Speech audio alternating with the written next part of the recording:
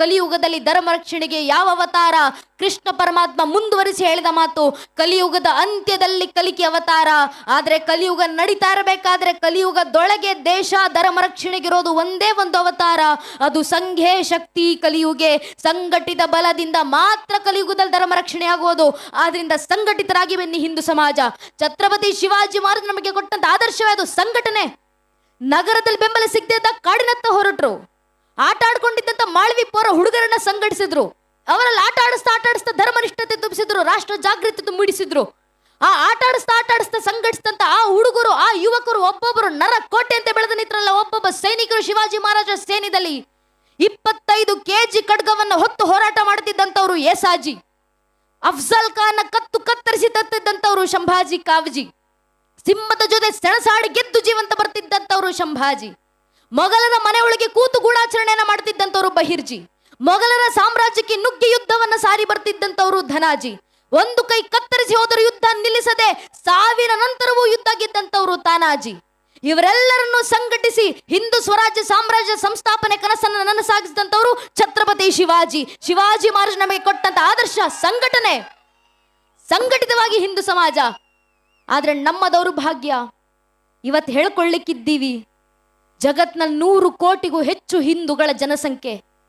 ಆದ್ರೆ ಅದರಲ್ಲಿ ಒಬ್ಬ ಹಿಂದುವಿನ ಮುಂದೆ ನಿಂತಿವತ್ತು, ನೀನ್ ಯಾರಪ್ಪ, ನೀನ್ ಯಾವ ಸಮಾಜಕ್ಕೆ ಸೇರಿದವನು, ನಿನ್ನ ಪರಿಚಯ ಏನು ಅಂತ ಕೇಳಿದ್ರೆ ಹಿಂದುವಿನ ಬಾಯಿನಲ್ಲಿ ಧರ್ಮದ ಹೆಸರು ಬರೋಕು ಮುಂಚೆ ಜಾತಿ ಹೆಸರು ಬಂದಿರುತ್ತೆ. ಒಬ್ಬ ಹಿಂದೂ ಆಗೋಕ್ ಮುಂಚೆ ಒಬ್ಬ ಹಿಂದೂ ಬ್ರಾಹ್ಮಣ ಆಗ್ತಾರೆ, ಒಬ್ಬ ಹಿಂದೂ ಲಿಂಗಾಯತರಾಗ್ತಾರೆ, ಒಬ್ಬ ಹಿಂದೂ ಕುರುಬರಾಗ್ತಾರೆ, ಒಬ್ಬ ಹಿಂದೂ ಗೌಡ್ರಾಗ್ತಾರೆ, ಒಬ್ಬ ಹಿಂದೂ ನಾಯಕ್, ಒಬ್ಬ ಹಿಂದೂ SC, ಒಬ್ಬ ಹಿಂದೂ ST, ಒಬ್ಬ ಹಿಂದೂ ಶೆಟ್ಟಿ, ಒಬ್ಬ ಹಿಂದೂ ಪೂಜಾರ್, ಒಬ್ಬ ಹಿಂದೂ ಮರಾಠ, ಒಬ್ಬ ಹಿಂದೂ ರಾಜ್ಪೂತ್, ಒಬ್ಬ ಹಿಂದೂ ಬನಿಯಾ, ಒಬ್ಬ ಹಿಂದೂ ಜಾಟ್, ಒಬ್ಬ ಹಿಂದೂ ಮಾಹರ್. ಹಿಂದೂ ಆಗೋದ್ ಯಾವಾಗ? ನಾವ್ ಹಿಂದೂಗಳ ಅರ್ಥ ಮಾಡ್ಕೊಳ್ಬೇಕು. ನಮ್ ಜಾತಿ ಯಾವುದೇ ಇರ್ಲಿ, ಆ ಜಾತಿಗಳ ಮೇಲೆ ನಾವಿಟ್ಟಿರುವಂತ ಜಾತಿ ಪ್ರೇಮ ಎಷ್ಟೇ ವಿಶಾಲವಾಗಿರ್ಲಿ, ನಮ್ಮ ಜಾತಿ ನಮ್ಮ ಮನೆಯ ದೇವ್ರ ಕೋಣೆ ಒಳಗೆ ಸೀಮಿತವಾಗಿರಬೇಕು. ನಮ್ಮ ರಾಜಕೀಯ ಆಸಕ್ತಿ ಯಾವುದೇ ಇರಲಿ, ನೀವ್ ಯಾವ ರಾಜಕೀಯ ಪಕ್ಷಕ್ಕೆ ಬೇಕಾದ್ರೂ ಕೆಲಸ ಮಾಡ್ಕೊಳ್ಳಿ, ನಿಮ್ಮನ್ನ ನೀವ್ ಯಾವ ರಾಜಕೀಯ ಪಕ್ಷದ ಕಾರ್ಯಕರ್ತ ಅಂತ ಬೇಕಾದ್ರೂ ಹೇಳ್ಕೊಂಡು ತಿರುಗಾಡಿ. ಆದ್ರೆ ನಮ್ಮ ರಾಜಕೀಯ ಆಸಕ್ತಿ ನಮ್ಮ ಮನೆ ಬಾಗಿಲಿನ ಒಳಗೆ ಸೀಮಿತವಾಗಿರಬೇಕು. ಪ್ರತಿಯೊಬ್ಬ ಹಿಂದೂ ತನ್ನ ಮನೆಯ ದೇವ್ರ ಕೋಣೆ ದಾಟಿ ಮನೆಯ ವಸ್ತು ಬಿಟ್ಟು ಹೊರಗೆ ಬರಬೇಕಾದ್ರೆ ಜಾತಿ, ಉಪಜಾತಿ, ಮತ, ಪಂಥ, ಪಂಗಡ, ರಾಜಕೀಯ ಆಸಕ್ತಿ ಎಲ್ಲವನ್ನ ಮರೆತು ಹೆಗಲ ಮೇಲೊಂದು ಕೇಸರಿ ಶಾಲು, ಹಣೆ ಮೇಲೆ ಕೇಸರಿ ತಿಲಕ ಇಟ್ಕೊಂಡು ನಾವೆಲ್ಲ ಹಿಂದೂ, ನಾವೆಲ್ಲ ಒಂದು ಅನ್ನೋ ಭಾವನೆಲ್ಲ ಮನೆ ಬಿಟ್ಟಾಗ ಮಾತ್ರ ನಮ್ಮ ಸನಾತನ ಹಿಂದೂ ಧರ್ಮ ರಕ್ಷಣೆ. ಹಿಂದೂಗಳಲ್ಲಿ ಬರಬೇಕಾಗಿರುವಂತ ಸಂಘಟಿತ ಬಲ ಅದು. ಒಮ್ಮೆ ಆ ಸಂಘಟಿತ ಬಲ ಹಿಂದೂ ಸಮಾಜದಲ್ಲಿ ಮೂಡಿತು ಪರಿಣಾಮ ಇಡೀ ಹಿಂದೂ ಸ್ವರಾಜ್ಯ ಸಾಮ್ರಾಜ್ಯದ ಸ್ಥಾಪನೆ ಕನಸನ್ನ ಶಿವಾಜಿ ಮಹಾರಾಜರ ಆದರ್ಶದಲ್ಲಿ ನನಸಾಗುವುದನ್ನು ಕಣ್ ತುಂಬಿಸಿಕೊಳ್ತು ಇದೇ ಹಿಂದೂ ಸಮಾಜ. ಒಬ್ಬ ಶಿವಾಜಿ ಮಹಾರಾಜ್ ಎದ್ದು ಬಂದ್ರು, ಹಿಂದೂ ಸಮಾಜವನ್ನ ಸಂಘಟಿಸಿದ್ರು, ಇಡೀ ಹಿಂದೂ ಸಮಾಜ ಕಚ್ಚರಿ. ಯಾರೋ ಒಬ್ಬ ಯುವಕ ಎದ್ದಿದ್ದಾನಂತೆ, ರಾಜ ಮನೆತನದವನಲ್ವಂತೆ, ಯಾವುದೋ ರಾಜ ವಂಶಕ್ಕೆ ಸೇರಿದವನಲ್ವಂತೆ, ಸಾಮಾನ್ಯ ಯುವಕ ಎದ್ದು ಬಂದು ಇಡೀ ಹಿಂದೂ ಸ್ವರಾಜ್ಯ ಸಾಮ್ರಾಜ್ಯ ಸಂಸ್ಥಾಪನೆ ಕನಸನ್ನ ಕಂಡಿದ್ದಾನಂತೆ. ಮಾಳವಿಪುರ ಹುಡುಗರನ್ನ ಸಂಘಟಿಸಿಕೊಂಡು ಆಟ ಆಡ್ತಾ ಅವರಲ್ಲಿ ಸಂಘಟನೆ ಮೂಡಿಸಿ ಅವರನ್ನೇ ಸೇನೆಯಾಗಿ ನಿರ್ಮಾಣ ಮಾಡಿ ಇಡೀ ಮೊಘಲ್ ಸಾಮ್ರಾಜ್ಯವನ್ನ ಎದುರಾಕಿಸಿಕೊಂಡು ನಿಂತಿದ್ದಾನಂತೆ. ಯಾರೋ ಒಬ್ಬ ಪುಟ್ಟ ಹುಡುಗ ಸಾಮ್ರಾಜ್ಯಕ್ಕೋಸ್ಕರ ಹೋರಾಡ್ತಿದ್ದಾನಲ್ಲ. 16 ವರ್ಷಕ್ಕೆ ಛತ್ರಪತಿ ಶಿವಾಜಿ ಮಹಾರಾಜರು ಮೊಘಲರ ವಿರುದ್ಧ ಯುದ್ಧವನ್ನ ಸಾರಿ ತೋರಣಗಳ ಕೋಟೆಯನ್ನ ಗೆದ್ದು ಹಿಂದೂ ಸ್ವರಾಜ್ಯ ಸಾಮ್ರಾಜ್ಯಕ್ಕೆ ತೋರಣವಾಗಿ ಸಿಂಗರಿಸಿಕೊಟ್ರಲ್ಲ. 16 ವಯಸ್ಸಿನ ಯುವಕ ಮಾಡಿದಂತ ಅಚ್ಚರಿ.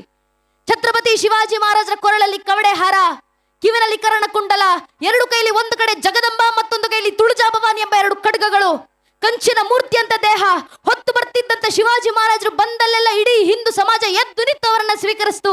ಗಲ್ಲಿಗಳಿಂದ ಶಿವಗರ್ಜನೆ ಸದ್ದು ಕೇಳಿ ಬಂತು.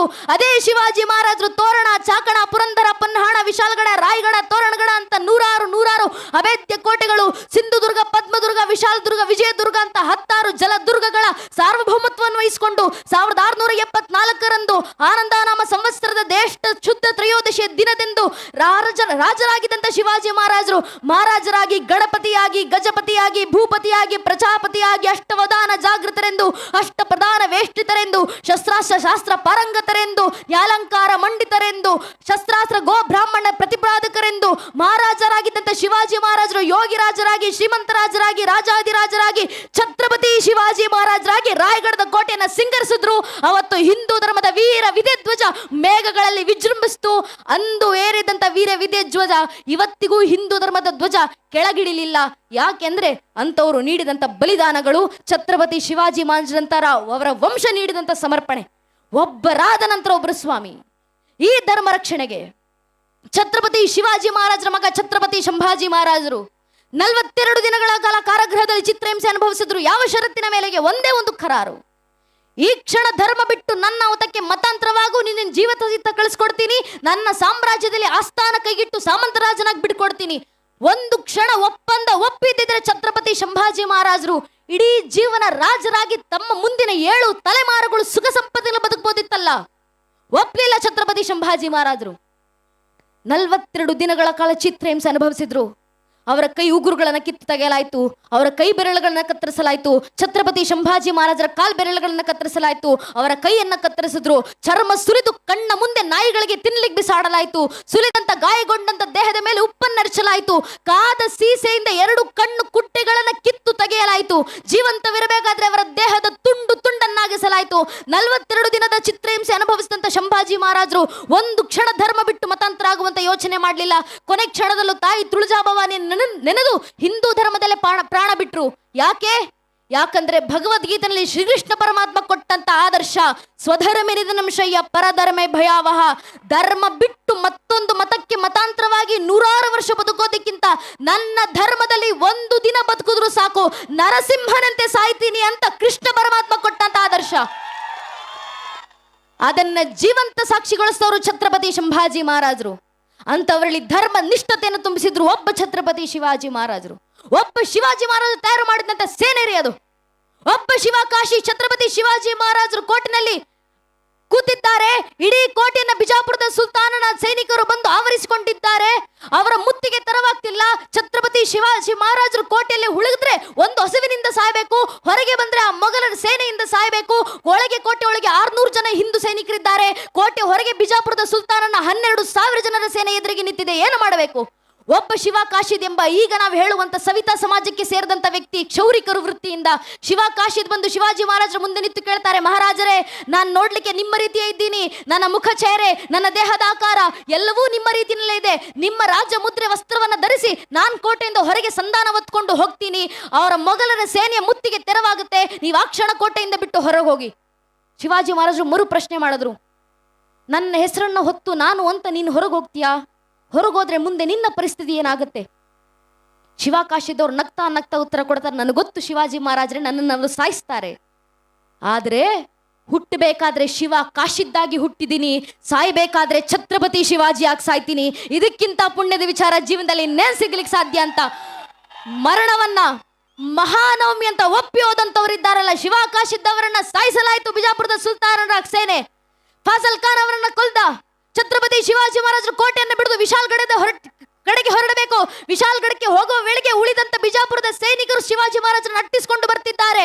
ಒಬ್ಬ ಬಾಜಿ ಪ್ರಭು ದೇಶಪಾಂಡೆ ಮಧ್ಯದಲ್ಲಿ ಪಾವನಕಿಂಡಿನಲ್ಲಿ ನಿಂತು ಹೇಳ್ತಾರೆ, ನೀವು 600 ಜನ ಸೈನಿಕರಿದ್ದೀವಿ ಹಿಂದೂ ಸೇನೆಯಲ್ಲಿ, ನನಗೆ 600 ಜನ ಬೇಕಾಗಿಲ್ಲ, 300 ಜನರನ್ನ ಶಿವಾಜಿ ಮಹಾರಾಜರು ನಿಮ್ಮ ರಕ್ಷಣೆಗೆ ಕರ್ಕೊಂಡು ಹೋಗಿ, 300 ಜನ ಹಿಂದೂ ವೀರರು ನನ್ನ ಕೈ ಕೊಟ್ಟು ಹೋಗಿ ಸಾಕು. ನೀವು ವಿಶಾಲ್ಗಢ ತಲುಪಿ ಅಲ್ಲಿ 3 ತೋಪುಗಳನ್ನು ಆರಿಸುವವರೆಗೂ ಒಬ್ಬ ಸೈನಿಕ ಇಲ್ಲಿಂದ ಜಾಗ ಖಾಲಿ ಮಾಡೋದಿಲ್ಲ. ನಾವು ಉತ್ತರ ಕೊಟ್ಟು ಬಾಜಿಪ್ರಭು ದೇಶಪಾಂಡೆ ಅಲ್ಲೇ ಉಳಿತಾರೆ. ಬಾಜಿಪ್ರಭು ದೇಶಪಾಂಡೆ ಅವರ 2 ಕೈಗಳಲ್ಲಿ ಖಡ್ಗ. ಒಂದೇ ಒಂದು ದಿನ ಬಾಜಿಪ್ರಭು ದೇಶಪಾಂಡೆ ಅವರು ಕವಚ ಹೊತ್ತಿದ್ದಿಲ್ಲ.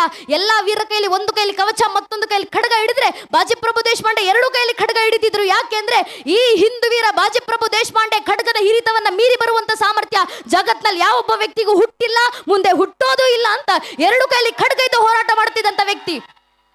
300 ಜನ ಸೈನಿಕರು ಬಾಜಿಪ್ರಭು ದೇಶಪಾಂಡೆಯೊಂದಿಗೆ ಗಡಕಿಂಡಿನಲ್ಲಿ ನಿಂತಿದ್ದಾರೆ. ಎದುರಿಗೆ 12,000 ಜನ ಮೊಘಲರ ಸೇನೆ ಎದುರಿಗೆ ಬರ್ತಿದ್ದೆ.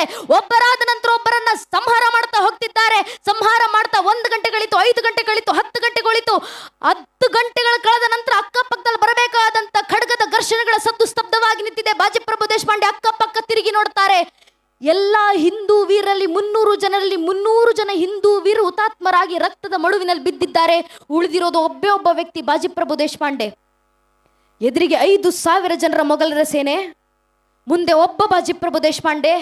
ದೇಹ ಛಿದ್ರಗೊಂಡಿದೆ, ದೇಹದ ಅಂಗಾಂಗಗಳಿಂದ ರಕ್ತ. 2 ಕೈಲಿ ಖಡ್ಗವನ್ನು ಹೊತ್ತಿದಂತ ಬಾಜಿಪ್ರಭು ದೇಶಪಾಂಡೆ ನಿರ್ಧಾರ ಮಾಡ್ತಾರೆ, ಆ ವಿಶಾಲ್ಗಢದ ಕೋಟೆಯಿಂದ 3 ತೋಪುಗಳ ಸದ್ದು ಕೇಳಿ ಬರೋವರೆಗೂ ಯಮನಿಗೆ ನನ್ನ ಉಸಿರಿನ ಸದ್ದು ಕೇಳಿಸುವಂತಿಲ್ಲ. 2 ಕೈಲಿ ಖಡ್ಗವನ್ನ ಇತ್ತು ಹೋರಾಟ ಮಾಡ್ತಾರೆ. 10 ಗಂಟೆಗಳು ಕಳಿತು, 15 ಗಂಟೆಗಳು ಕಳಿತು, 18 ಗಂಟೆಗಳು ಕಳೆದಿದ್ದಾವೆ. ಎದುರಿಗಿರುವಂತಹ ಮೊಘಲರ ಸೇನೆಯಲ್ಲಿ 5,000 ಜನರಲ್ಲಿ 2,000 ಜನ ಸೈನಿಕರನ್ನ